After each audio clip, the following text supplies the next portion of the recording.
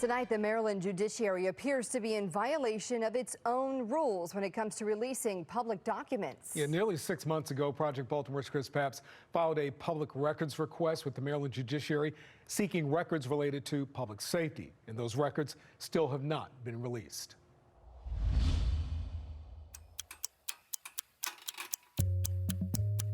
Day after day, week after week, month after month, Project Baltimore has been waiting for the Maryland Judiciary to release public records.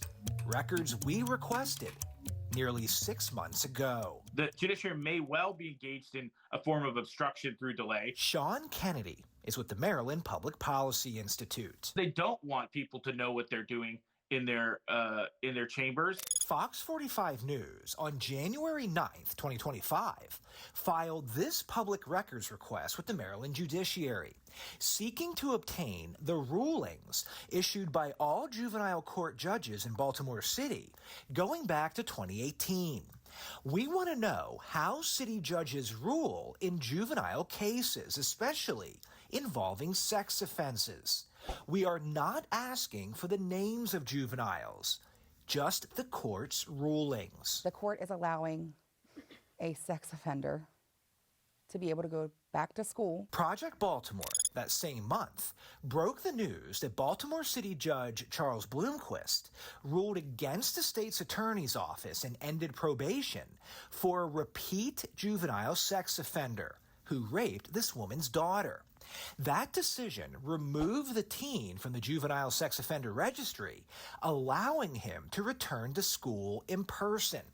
The teen had been learning online. This is a public safety issue related to who's in school with other students, and they're not giving us the information. They don't want people to know how they're ruling because even though many of them are elected, they don't have any accountability in real terms based on what decisions they make. The Maryland Judiciary appears to be in violation of its own regulations. According to Maryland Rule 16-923, the judiciary has at most 75 days to fulfill a public records request. Regarding Fox45's request, it's now been 160 days, well over double the amount of time the judiciary is permitted. The fox is watching the hen house when it comes to transparency in Maryland and around the country. The same agencies in charge of being transparent with the public are the ones being investigated through public records requests. Over the past 160 days, Project Baltimore has repeatedly contacted the judiciary asking for the records.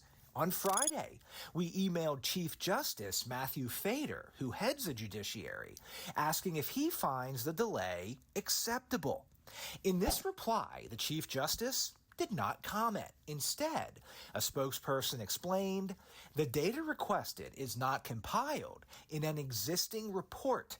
The judiciary is developing an appropriate format to produce the requested information. The Maryland Judiciary continues to work diligently to produce the requested records. Public records laws in Maryland and around the country are not necessarily oriented towards the public. They are often designed to give the appearance of transparency, but in fact, bureaucracies and public officials could use them, weaponize them, to prevent and block access to information. Project Baltimore in 2017 sued Baltimore City Public Schools for violating the Maryland Public Information Act. In 2019, Circuit Court Judge Jeannie Hong ruled city schools willfully and knowingly violated the law by not handing over the documents we requested. The judge then forced the school system to release the records. Now, it appears we're faced with a similar situation with the Maryland Judiciary. If it does get to the point where Fox45 has to sue, we're suing the court system that our lawsuit would go in front of. Absolutely. I mean, you are actually asking an agency to rule against itself. You see this chart right here? It's on the state's website. This chart contains all the juvenile court rulings from judges in Baltimore City. All we requested was for this data to be broken down by judge. There's not that many judges in Baltimore City that hear juvenile cases. Why has this taken 160 days? We'll stay on this story. I'm Chris Pabst, and this is Project Baltimore. I'm Chris Pabst. Thanks for watching. Here's another story to watch. Also, if you have a story idea, please send us a message.